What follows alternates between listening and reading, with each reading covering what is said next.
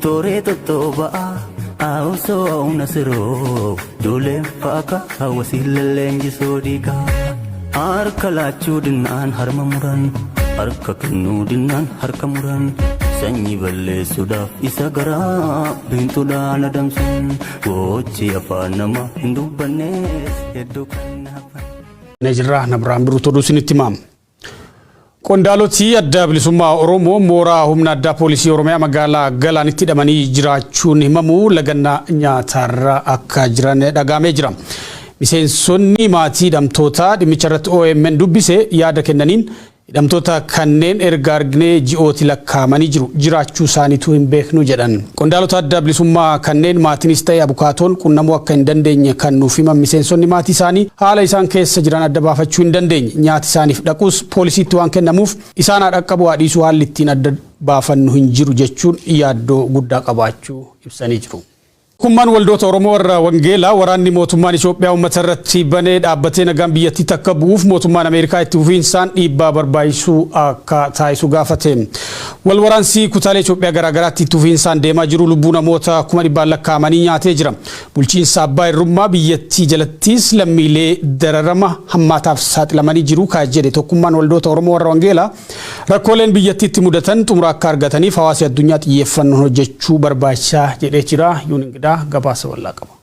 Waldoota Oromoo warra Wangeelaa waraanni mootummaan Itoophiyaa uummata irratti banee dhaabbatee nagaan biyyattiitti akka bu'uuf mootummaan Ameerikaa fi hawaasni addunyaatti fufiinsaan dhiibbaa barbaachisu akka taasisan gaafate. Tokkummaan waldoota Oromoo waldoota warra Wangeelaa biyyoota United States, Canada, Europe, Australia fi Afrikaa keessa jiran of jalatti hammate kun xalayaa ministeera haajaa alaa Ameerikaa Anthony Blinkeniif barreesseen sarbamiinsa mirgoota dhala namaa fi wal waraansa Itoophiyaa keessatti fufiinsaan deemaa jiruun yaaddoo qabu ibseera. Wal waraansi biyyattii lubbuu namoota 100,000 lakkaa'amanii gaaga'eera. Yeroo ammaas Tigraay fi Oromiyaa dabalatee kutaalee biyyattii garaagaraatti itti fufeera jedhe. Mootummaan Itoophiyaa dararama lammiileen biyyattii keessa jiran hawaasni addunyaa sirnaan akka hin hubanneef ulaa quunnamtii cufuu dabalatee tarkaanfilee garaagaraa fudhataa tureera. Kun ammoo xiyyeeffannoo dhimmichaaf kennamus laaffiseera jedha xalayaan kun. Buqqaatiin lammiilee dararaan ajjeechaan lammiilee nagaa hidhaan akkasumas gochii mana jiraattotaa gubuu bakka bakkatti guyyuu raawwataman kan addunyaan quba hin qabne hedduun jiraachuu eere. Kana malees Itoophiyaa keessatti miiliyoononni beelarraa akka bu'an taasifamaa jira. Yakkoota guyyaa guyyaan Itoophiyaa keessatti raawwatamaa jiran mara galmeessuun ulfaataa ta'us dhaabsisuun ni danda'ama jedhe. Hawaasni addunyaa gochoota faashiizimii seenaa keessatti Yuurooppii fi biyyoota Afrikaa keessatti mul'ate waloon dhaabsisuu danda'eera. Gocha Itoophiyaa keessatti ta'aa jiru kana dhaabsisuufis humna qaba jennee amannaa jedha xalayaan kun. Yakkoota namoomaa fi waraanaa Itoophiyaa keessatti fufiinsaan raawwatamaa jiran dhaabsisuuf yaalii United States fi hawaasni addunyaa taasisaa jiran kan dinqisiifatu ta'uu eeruun haa ta'u malee rakkoo kanatti xumura gochuuf yaaliin taasifamaa jiru gahaa akka hin taane ibse. Bu'uurri rakkoo biyyattii uummata bilisummaatti jiraachuu barbaadu irratti bulchiinsa abbaa hirrummaa fe'uuf adeemsa deemamudha. Fedhii uummatichaan ala tarkaanfachuudha kan jedhu xalayaan kun addunyaan kana hubachuun rakkoon biyyattii osoo gara wal fixiinsaatti hin ce'in falatti gochuu qabdi jedhe. Waraanaan nagaa fi tasgabbiitu dhufa jennee hin amannu kan jedhu tokkummaan waldoota Oromoo adeemsi mootummaa Itoophiyaa Oromiyaatti fufiinsaan dirree waraanaa gochuu akka ta'e argaa jirra jedhe. Kutaalee Oromiyaa waggoota 3 darbaniif bulchiinsa koomaand poostii fi waraana keessa turanitti rakkoon hammaataan addunyaan quba hin qabne uummata mudachaa turuu ibsa xalayaan kun. Keessumaa haalli lixa Oromiyaatti mudate hammaataa ta'uu himuun dhaabbileen gargaarsa namoomaallee rakkoo garas jiru quba qabaataa akka hin jirre ibseera. Oromiyaa itti fufiinsaan dirree waraanaa gochuuf kan karoora qabu bulchiinsi Abiy Ahmed waraana kumaatamaan gara lixa Oromiyaa fi iddoowwan birootti bobbaasaa jiraachuus akka yaaddootti kaase. Mootummaa humnoota alaa feereetti lammiilee isaa ficcisiisu kan xiyyaaraa fi dirooniin lammiilee nagaa duguugu arguun gaddisiisaadha jedhe tokkummaan waldoota Oromoo. Uummanni haleellaa waraana mootummaa fi tumsitoota isaatiin nagaan qe'eessaa jiraachuu dadhabe. Qaala'insa jireenyaa gara darbeenis waxalamaa jiraachuu ibseera. Yakkoonni Itoophiyaa keessatti mudataa jiran nuunis kallattiin kan nu miidhuudha kan jedhu tokkummaan waldoota Oromoo rakkoo Itoophiyaatti mudate furuuf xiyyeeffannoon Ameerikaas ta'e kan hawaasa addunyaa akka cimuuf gaafate. Rakkoo Itoophiyaaf furmaata siyaasaatu barbaachisaa jedhe. Marii siyaasaa walaba kan qaama mara hirmaachisee dhugaan geggeeffamuun falli argamuu akka danda'us eeruun adeemsi bulchiinsi Abiy Ahmed itti fakkeessaaf taasisaa jiru garuu furmaata rakkoo argamsiisuu akka hin dandeenye hubachiiseera. Koomishiniin marii biyyaalessaa akka hoogganuuf hundaa'es walaba kan hin taanee fi qaama mara kan hin hammannedha. Namoonni akka hooggananiif yaadamanis walaba jedhamuuf kan danda'an miti jedhe. Mariin biyyaalessaa bulchiinsi Abiy Ahmed itti fakkeessaaf qopheessaa jiru kun ammumaa kufeera. Duraanis kaayyoonsaa hawaasa addunyaa sossobuuf malee rakkoo biyyattii dhugaan furuu kan kaayyeeffate hin turre jedha. Itoophiyaatti waraana dhaabuun hidhamtoota siyaasaa hiikuun labsii yeroo muddamaa kaasuun waraana mooraatti deebisuu fi sarbama mirga namoomaatti xumura gochuun dhimma xiyyeeffannoo addaa barbaadudha. Ulaan quunnamtii fi gargaarsa akka saaqaman miidhamtoota waraanaa fi hongeef gargaarsi bakka hundatti akka qaqqabu adeemsonni hawaasa biyyattii qoqqoodan eenyummaa Oromoo balleessuu kaayyeeffatanii fi saamichi lafaa qabeenya uummatichaa irratti raawwatamu akka dhaabbatuufis gaafateera. Tokkummaan waldoota Oromoo warra Wangeelaa xalayaa waajjira ministeera haajaa alaa Yuunaayitid Isteetsiif barreesse kanaan Itoophiyaatti mariin biyyaalessaa dhugaan kan qaama hunda hirmaachisee fi qaama walabaan hoogganamu akka jiraatuufis dhiibbaa uumuun akka barbaachisu hubachiisee jira. Bataskaanni Ortodoks Tawaahidoo Tigraay mana lubummaa Tigraay hundeessuuf murteessuu beeksifte. Waraana sukkanneessaa kaaba Itoophiyaa ji'oota 15f tureen dhaabbileen amantaa Ortodoksii hedduun diigamuu himte Bataskaan Ortodoks Tawaahidoo Tigraay. Dureewwan amantaa Bataskaanichaa haala qabatamaa kanarratti kan mari'atan yoo ta'u manni lubummaa Tigraay kutaalee lallabaa guutummaa Tigraay jalatti argaman hammatee fi waajjira giddugaleessaa tokko qabu akka hundaa'uuf walii galanii jiru. Miidiyaaleen naannichaa akka gabaasanitti murtoon ittiin bulmaata Bataskaanichaa hin faallessine kun kutaalee lallabaa Tigraay hundumattuu irratti mari'atame ittaanutti akka dhiyaatu kallattiin kaa'amee jira. Waltajjii marii murtoo mana lubummaa Tigraay hundeessuu dabarse kanarratti bataskaanota diigumsaaf saaxilamanii fi uummata Tigraay waraanaan qorqalbiin miidhamee damdamachiisuun xiyyeeffannoo waan barbaadu ta'us dureewwan amantaa himaniitti jiru. Hooggansii fi Sinodoosiin Bataskaan Ortodoksii Tawaahidoo Itoophiyaa yakkoota sukkanneessoo namaa fi dhaabbilee Tigraay irra gahan akka balaaleffatan irra deddeebiin gaafatamaa turan. Haa ta'u malee dhimmicha cinatti dhiisuun callisuu filatan. Kun ammoo ejjennoo mana lubummaa ofii hundeessuu irraan akka isaan gahe dureewwan Bataskaan Ortodoksii Tawaahidoo Tigraay kunneen ibsanii jiru. Tigraay keessatti waraana waggaa tokko oliif tureen Bataskaana seena qabeettii Aksum Tsiyoon Maariyaam dabalate gadaamiiwwan iddoowwan seena qabeeyyii amantichaa akkasumas hambaaleen mana amantaa kanaa badii guddaaf saaxilamuu fi saamamuu miidiyaaleen gabaasaa turan. Sinodoosiin Bataskaan Ortodoksii Tawaahidoo Itoophiyaa gocha kana yeroon balaaleffatee hin turre. Inuma adeemsota waraana kaabaa deeggaran mul'isuun hedduu biratti qeeqamaa turuun ni yaadatama. Sinodoosiin Bataskaan Ortodoksii Tawaahidoo Itoophiyaa adeemsota mana lubummaa naannolee hundeessuuf deemamaa turan mormaa turuunis ni yaadatama. Kana malees barsiifni kadhannaa fi tajaajilli mana amantaa kanaa afaan sabaaf sablammootaa garaagaraan akka hin kennamne mormaa turee jira. Haa ta'u malee hordoftoonni amantichaa afaan ofiin tajaajilamuu fedhan ejjennoo Sinodoosichaa mormuun mana lubummaa mataa ofii hundeeffachuuf socho'aa turanii jiru. Sochiin mana lubummaa Oromiyaa hundeessuuf waggoota darbaniif taasifamaa tures kanuma bu'uura kan godhate akka ta'e koreen mana lubummaa Oromiyaa hundeessuuf socho'u ibsaa turee jira. Mana lubummaa Oromiyaa hundeessuun rakkoolee hordoftoota amantichaa Oromiyaa keessatti argaman mudataa turan hedduu kan furu akka ta'es koreen kun ibsaa ture. Yeroo ammaa wayita Bataskaanonni Ortodoksii Tawaahidoo Tigraay walitti dhufuun murtoo mana lubummaa Tigraay hundeeffachuu irra ga'uu ibsan kanatti sochiin mana lubummaa Oromiyaa hundeessuuf waggootaan dura eegalame osoo galma isaa hin milkeessin laaffatee mul'ata. Mootummaan naannoo Amaaraa ijaarama milishaa faanoo diiguufis ta'ee hidhannoo hiikkachiisuuf karoora akka hin qabne beeksisee jira. Mootummaan naannichaa garee milishaa faannoos ta'ee gareelee naannicha keessa socho'an biroo ilaalchisuun ejjennoo haaraa akka hin qabne ibsuun gareen milishaa faannoo itti fufiinsaan hidhatee akka socho'uuf deeggarsa qabaachuu fi beeksiseeti jira. Milishaa faannoo dabalatee gareeleen seeraan ala hidhatanii socho'an yaaddoodha haalota waraana booda uumaman bifa qabsiisuuf danqaa ta'uu danda'u yaadi jedhu dokumentii iccitii keessoo mootummaatii bahe irratti ibsamee ture.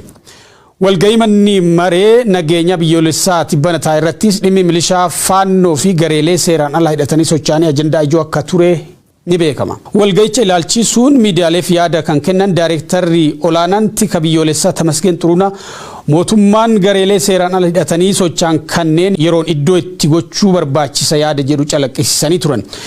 Ejjennoon gama mootummaa giddugaleessaa mul'ate kana ilaalchisuun yaadi mormii dhaga'amaa turanii jiru.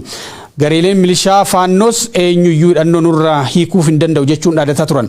Dhimma kanarratti ejjennoos akka ibse mootummaan naannoo Amaaraa faannoos ta'ee garee kamiyyuu diiguufis ta'ee hidhannoo hiikkachiisuuf karoora hin qabu jedhe. Pireezidaantii naannoo Amaaraa Yiliqaal Kaffaaloo dabalatee qondaalonni olaanoo naannichaa kana duras faannoo itti fufiinsaan hidhachiisuu malee hidhannoo irraa hiikuuf karoora hin qabnu jechaa turuu isaanii ni yaadatama. Gareen milishaa faannoo ifatti mootummaa naannoo Amaaraa irraa deeggarsa argataa jiru kun ummatoota naannoo Amaaraa fi naannichaan ala jiran irratti yakkoota garaagaraa raawwachuun himatama. Ajjechaa jimlaa haga duguggaa sanyiitti ga'e saamicha qabeenya uummataa fi mootummaa weerara lafaa fi gochoota badiinsaa naannolee Amaaraa, Tigraay, Beenishaangul Gumuzii fi Oromiyaa keessatti tufiinsaan raawwatamaa jiran duubas milishaan faannoo jiraachuun waan ifatti mul'atudha. Qoqqoodinsi paartii bilchiginnaa naannoo Sumaalee keessatti dhalate naannicha balaa hamaaf saaxiluu danda'a jedhamee jira. Hariiroonni pireezidantii naannichaa fi humnoota finxaaliyyii Amaaraa gidduutti uumamaa jirus uummata Sumaalee fi uummatoota ollaa walitti buusuu waan maluuf mootummaan naannichaa kanarraa akka of qusatu waamichi godhamaati jira. Gabaasi bal'aan itti aanee dhiyaata. ይሁን እንጂ ማህበረሰባችን ከለውጡ ትሩፋቶች ሊቋደስና ሊያጣጥም እድለኛ ሆኖ አልተገኘም። Caasaan paartii bilchiginnaa naannoo Sumaalee bakka lamatti cabuusaa maddeen gabaasanii jiru. Hoggansi paartichaa birkii sirreeffama paartii bilchiginnaa Sumaalee jedhamu walitti dhufuudhaan garaagartee dhalatee fi waan garaagartee kana fide irratti jigjigaa hoteela tokko keessatti ibsa kennuuf walga'ee ture. Hogganoota amantaa, maanguddoota, dargaggootaa fi qaamolee hawaasaa garaagaraatiif ibsa kennee ture. Murni fottoqi kun akka jedhutti bulchiinsi pireezidanti Mustafee Umar malaammaltummaa, hojimaata badaa fi aangoo karaa hin malleen fayyadamuu kaase. Mariin kunis humna addaa poolisii naannoo Sumaaleetiin bittinnaa'uu fi gariin qondaaltotaa hidhamuu maddeen keenya jigjigaa nu himanii jiru. Gorsaan duraanii pireezidantii naannoo Sumaalee Mohammad Olaad jijjiirama siyaasaa naannoo Sumaalee keessatti deemaa jiru kana ilaalchisee gaafiif deebii OMN waliin tolchaniin akka jedhanitti naannichi rakkoo dinagdee siyaasaa fi hawaasummaa jajjabaa keessa jira. Kana malees naannoon Sumaalee hongee hammaataa mudateen naannoo miidhamaa jirudha. Haalli kun qondaalota olaanoo bilchiginnaa naannichaa gidduutti garaagarummaa erga uume bubbulee jedhan. Bulchiinsi Mustafee Umar malaammaltummaa keessatti kufuu fi aangoo garee firaa fi aanteedhaan walii qoodaa jiraachuu himanii jiru. Rakkoo uummata Sumaalee furuu caalaa ukkaamsuu filatee jedhan obbo Muhammad Olaad. Jijjiiramni naannicha keessatti abdatame karaarraa maquu kan himan qondaalli duraanii naannoo Sumaalee kun rakkoon amma paartii keessatti dhalate hawaasa naannichaayyuu balaaf saaxiluu danda'a yaaddoo jedhu qabu. Rakkoo ijoon kan biraa naannichatti yaaddoo ta'aa jiru hariiroo pireezidantii naannichaa humnoota finxaaliyyii Amaaraa waliin horataa jiran akka ta'e namni kun dubbatanii jiru. Pireezidantiin naannoo Amaaraa Yiliqaal Kaffaalaa aktiivistootii fi gareen finxaaliyyii Amaaraa gara magaalaa Jigjigaa deddeebi'uudhaan pireezidantii naannoo Sumaalee waliin mari'achaa jiru. Humnoonni finxaaliyyii Amaaraa kunneen armaan dura walitti bu'iinsa uummataa kakaasuudhaan beekamu. Kanarraa ka'uudhaan uummata naannichaa fi uummata ollaa Sumaalee keessumaa hawaasa lamaan Sumaalee fi Oromoo walitti buusuuf shirri shiramaa akka jiru ragaaleen bahaa jiran ni mul'isu. Kanaanis dhaabota biroo naannoo Sumaalee fi Oromiyaa keessa sosso'an maqaa balleessuuf akeekamee jira jedhu maddeen. Bulchiinsi pireezidanti Mustafee Umar adeemsa uummatoota lamaan walitti buusuu kanarraa akka of qusatu hayyoonni Oromoo fi Sumaalee waamicha dhiyeessaa jiru. ህዝባዊነትን ያማከለ ስሜት ከማረጋገጥ አኳያ የተሰሩ ስራዎች Oduu kanaan wal qabatee odeessaa har'a baheen gaazexeessitoota naannichaa sadi dabalatee qondaaloti naannoo Sumaalee sababa kanaan hidhaman qondaala tokkorraa kan hafe hunduu mana hidhaatti bahanii jiru. Koongireesiin dhimma uummata Sumaalee Congress for Somali Cause mariin biyyoolessaa Itoophiyaatti karoorfame iftoomina walabaa fi amanamummaa akka qabaatu gaafatee jira.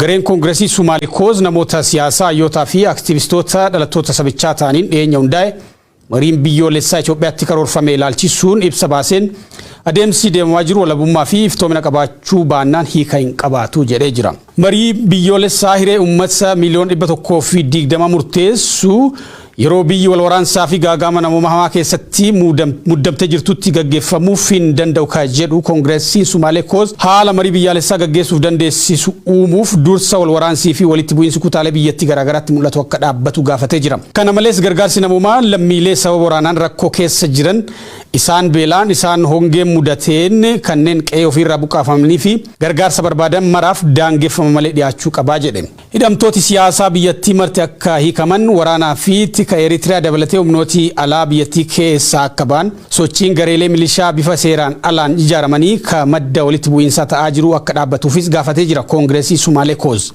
Kana malees labsi shororkeessummaa qaamolee qabsoo hidhannoo keessa jiran waraana bilisummaa Oromoo fi TPLF irra ka'ee Isaan kunis qaama marii karoorfamee ta'uu qabu jedhee jira. Adeemsi koomishinii marii biyyaalessaa hundeessuuf paartiin Bilisiginnaa itti deemaa jiru marii biyyoolessaa karoorfame ittiin rakkoo biyyattii furuu osoo hin taane aangoorra turuuf ittiin haala mijeeffataa jiraachuu ka agarsiisu jedhe.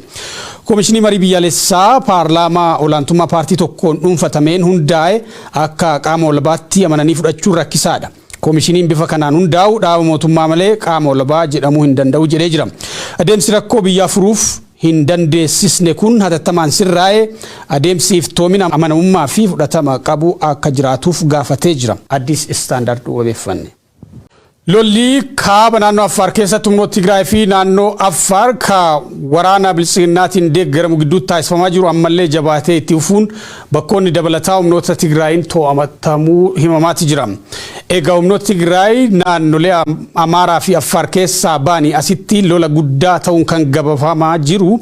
Waraanni kaaba Affaar keessatti deemaa jiru kun gaaga'ama siyaasaa fi namoomaa haaraa ta'e hordofsiisaa jira. Mootummaan naannoo Affaar ammoo humnooti Tigraay magaalota dabalataa qabachuu isaanii amanee jira.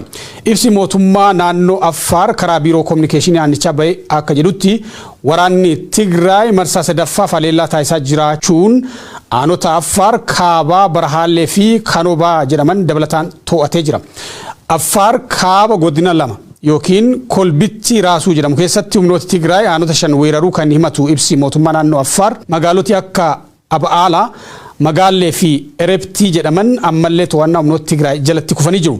Humnoonni Tigraay haleellaa haaraa kanaan daandii guddicha Finfinnee Jibuutii bakka Saardoo jedhamutti kutuuf socho'aa jiru ka jedhu ibsi naannichaa. Humni naannoo Affaar haleellaa kana qolachuu wareegama kaffalaa jiraatullee meeshaa waraanaa guguddaa humnooti Tigraay dhukaasaa jiran qormaata guddaa natti ta'ee jira jedha. Lola kanaanis uummanni kaaba Affaar 300 caaluu fi aanota 5 keessatti argamu qe'ee fi qabeenya isaarraa buqqa'ee jira jedha ibsi mootummaa naannoo Affaar karaa biiroo kominikeeshinii aanichaa ba'e kun. Gama biraatiin dhaabni humnoota federaalistii Affaar jedhamu ibsa torbee darbe baaseen ummanni Affaar ergama Abiy Ahmedii fi Isaayyaas Afeworqii irratti dammaqee tokkummaa isaa eeggachuun bilisummaa isaaf qabsaa'uu qabaa jedhee jira. Ibsi humnoota federaalistii Affaar miidiyaalee Tigraay irratti tamsa'e kun ummanni Affaar humnoota Tigraay fi waraana humnoota federaalistii Affaar cinaa hiriiruun ergama Isaayyaas Afeworqii fi Abiy Ahmed kan ittiin jedhe pireezidantii naannichaa obbo Awwal Arbaa aangoorraa kaasuuf qabsaa'uu qabaa jedha. Dhaabni siyaasaa paartii warraaqsa Affaar yookiin Affaar Ugugumuu jedhamu gama isaatiin sirna Bilisiginnaa qeeqa jabaa irratti kaasee jira. Paartiin kun ibsa waraana kaaba Affaaritti deemaa jiru kana ilaalchisee baaseen akka jedhutti waraanni Bilisiginnaa uummata Affaar gargaaraa waan hin jirreef Affaaronni biyyoota akka Jibuutii fi Eertiraa keessa jiranillee mufannaa guddaa sirnicharraa qaban agarsiisaa jiru. Mootummaan naannoo Tigraay gama isaatiin himannaa reefuu naannoo Affaar dhiyeesse kanarratti waan jedheen qabu. Ta'us ibsa armaan dura baaseen haleellaa humnoonni Affaarii fi ergamtooti Isaayyaas Afeworqii irratti banan ofirraa qolachuu malee kaayyoo lafa Affaar weeraruus ta'e karoora yeroo dheeraa naannicha keessa turuu hin qabnu jedhee ture. Keenya oduu ispoortiitiin goolabna tapha waancaa Afrikaa Kaameruun qopheessiteen yeroo jalqabaatiif Seenegaalii waancaa nyaattee jirti. Gabaasa dabalataa Siraash Sabaaftu isinitti. Waltajjiin dorgommii waancaa Afrikaa bara 1957 erga hundaa'e marsaa 33ffaaf bara kana Kaameruunitti qophaa'e. Haati waancaa Afrikaa bara 2019 Aljeeriyaan taphataa cimaa Maanchister Siitiin Riyaad Mahrez qabachuun sadarkaa fiifaan baaseen Afrikaa irraa kubbaa miilaatiin sadarkaa tokkoffaarra kan jirtu Senegaal Saadiyoo Manee qabachuun waancaa Afrikaa marroo 7 fudhachuun kan dursitu biyyi Misraa Moo Saalaa qabachuun Kaameruun ammoo waancaa ofii qopheessite yeroo 6ffaaf fudhachuun Vincent Abubakar qabachuun kan imalan yoo ta'u biyyoota waltajjii dorgommii waancaa Afrikaa kanarratti waancaan fudhatan jedhamee tilmaamni olaanaan kennameefidha. Dorgommichi marsaa isaa 33ffaan biyyoota 24 hirmaachisuun ramaddii 6 adeemsifamaatii ture. Ramaddii A jalatti qopheessituun dorgommichaa Kaameruun, Burkiinaa Faasoo, Keeppi Verdee fi Itoophiyaan kan ramadaman yoo ta'u, Kaameruun qabxii 7 Burkiinaa Faasoo fi Keeppi Verdeen qabxii 4 gara marsaa itti aanutti darbuun Kaameruunii fi Burkiinaa Faasoon hamma walakkaan usa xumuraatti imalaniitii jiru. Gareen biyyaalessa Itoophiyaa Waaliyaan qabxii takka qabachuun garee jalqaba waancaa Afrikaa 33ffaaf Kaameruun seenee fi garee jalqaba dorgommichaan ala ta'een gara biyyaa deebi'eedha. Ramaddii B jalatti Senegaal, Giinii, Maalaawii fi Zimbaabuween kan waliin ramadaman yoo ta'u, Senegaal qabxii 5, Giinii fi Maalaawiin qabxii 4 gara ramaddii itti aanutti wayita darban, Zimbaabuween ramaddii keessaa osoo hin darbin hafte. Morookoo, Gaaboon, Koomoroosii fi Gaanaan ramaddii C jalatti ramadamuun Morookoon qabxii 7, Gaaboon qabxii 5, Komoros qabxii 3 marsaa itti aanutti darbaniitii jiru. Gaanaan qabxii takka argachuun gara biyyaa deebite. Naayijeeriyaa, Ijipti, Suudaanii fi Giinii Biisaa'oon garee D jalatti kan ramadaman yoo ta'u, Naayijeeriyaan qabxii 9, Ijipti ammoo qabxii 6, Suudaanii fi Giinii Biisaa'oon qabxii takka argachuun Giinii Biisaa'oon gooliin caaluun gara marsaa itti aanutti darbuun imala morkii waancaa Afrikaa itti fufte. Ramaddii E jalatti Kooti Divaar, Ekwaatooriyaal Giiniin, Seeraaliyoonii fi Aljeeriyaan yoo ramadaman, Kooti Divaar qabxii 7, Ekwaatooriyaal Giiniin qabxii 6, Seeraaliyoon ammoo qabxii 2 ramaddii keessaa yoo darban, haati waancaa Afrikaa bara 2019 Aljeeriyaan ramaddii keessaa osoo hin darbin qabxii takka argachuun gara biyyaa deebite. Maalii, Gaambiyaa, Tuuniiziyaa fi Maawuritaaniyaan biyyoota garee F jalatti ramadaman yoo ta'an, Maalii fi Gaambiyaan qabxii 7, Tuuniiziyaan ammoo qabxii 3 gara ramaddiitti aanutti yoo darban, tapha waancaa Afrikaa 33ffaa kana irratti qabxii takka osoo hin galmeessin biyyi galtee Maawuritaaniyaadha. Tapha marsaa 16ffaa Burkiina Faasoon rukuttaa walabaan Gaaboon mo'achuun Tuuniiziyaan Naayijeeriyaa, Gaambiyaan Giinii takkaa fi 0, qopheessituun waancaa Kaameruun 2 fi takkaan Komoroosiin, Senegaal 2 fi 0 Keeppi Verdee, Morookoon 2 fi takkaan Malaawii, Ijipti rukuttaa walabaa 5 fi 4 Kooti Divaariin, Ekwaatooriyaal Giiniin rukuttaa walabaa 6 fi 5 Maalii mo'achuun gara marsaa itti aanutti biyyoota darbanidha. Tapha marsaa 8ffaa irraa gara 4 Kaameruun 2 fi 0 Gaambiyaa, Burkiina Faasoon takkaa fi 0 Tuuniiziyaa, Ijipti 2 fi takkaan Morookoo, Senegaal 3 fi takkaan Ekwaatooriyaal Giinii mo'achuun biyyoota gara walakkaa nuusa xumuraa darbanidha. Tapha walakkaa xumuraa Burkiina Faasoof Senegaal jidduutti gurraandhala 2 bara 2022 adeemsifameen galchee Diyaaloom, Baambaa Deengii fi Saadiyoo Maneen galchaniin gareen biyyaalessa Senegaal leenconni Teraangaam xumuraaf gahe. Tapha garee biyyaalessa Ijiptiif qopheessituu waancichaa Kaameruun jidduutti gurraandhala 3 bara 2022 adeemsifameen daqiiqaa 120 goolii malee xumuramuun Fara'oononni peenaalitii 3 fi takkaan Kaameruun mo'achuun walakkaa xumuraatiif darbani. Tapha waancaa Afrikaaf kan darbe gareen biyyaalessa Senegaal leenconni Teraangaam Saadiyoo Manee qabachuun garee biyyaalessa Ijipti Fara'oonotaan kan Muhammad Saalaa qabatee dhufeen waancaa Afrikaa 33ffaa injifatee fudhachuuf dilbata kaleessaa gurraandhala 6 bara 2022 Kaameruun magaalaa Yaawundee Istaadiyeemii Oloombeetti gara dirree seene. Gareen biyyaalessa Senegaal leenconni Teraangaam waancaa jalqabaa Afrikaa fudhachuuf gareen biyyaalessa Misraa waancaa Afrikaa 8ffaa fudhachuuf morkii cimaa adeemsise. Biyya Afrikaa lixaa Senegaaliif biyya Afrikaa kaabaa Ijipti leencota Terengaaf Fara'oonotaan Saadiyoo Manee fi Moo Saalaa jidduutti tapha adeemsifamedha. Taphni jalqabee daqiiqaa 7ffaa irratti peenaalitii kan argate gareen biyyaalessa Senegaal taphataan sarara fuulduraa Senegaaliif Liivarpuul Saadiyoo Manee rukutuun goolii eegaan Fara'oonotaa Gabaaskiin harkaa qole. Taphicha Senegaal olaantummaan fudhatee dhiibbaa uumuus cimina goolii eegaa Ijipti Gabaaskii bira darbuun goolii lakkoofsisuu hin dandeenye. Goolii eegaan Ijipti Gabaaskiin qormaata guddaa Saadiyoo Manee ta'e. Gareen biyyaalessa Senegaal yaalii mimmiidhagaa hedduu taasisus goolii lakkoofsisuun baay'ee ulfaate. Moo Saalaaf ammoo sararri ittisaa Senegaal qormaata cimaa ta'e. Taphni daqiiqaa 120 goolii malee xumuramuun gara peenaalitiitti ce'e. Daqiiqaan xumuraa abbaa waancaa Afrikaa beekuu irra gahame.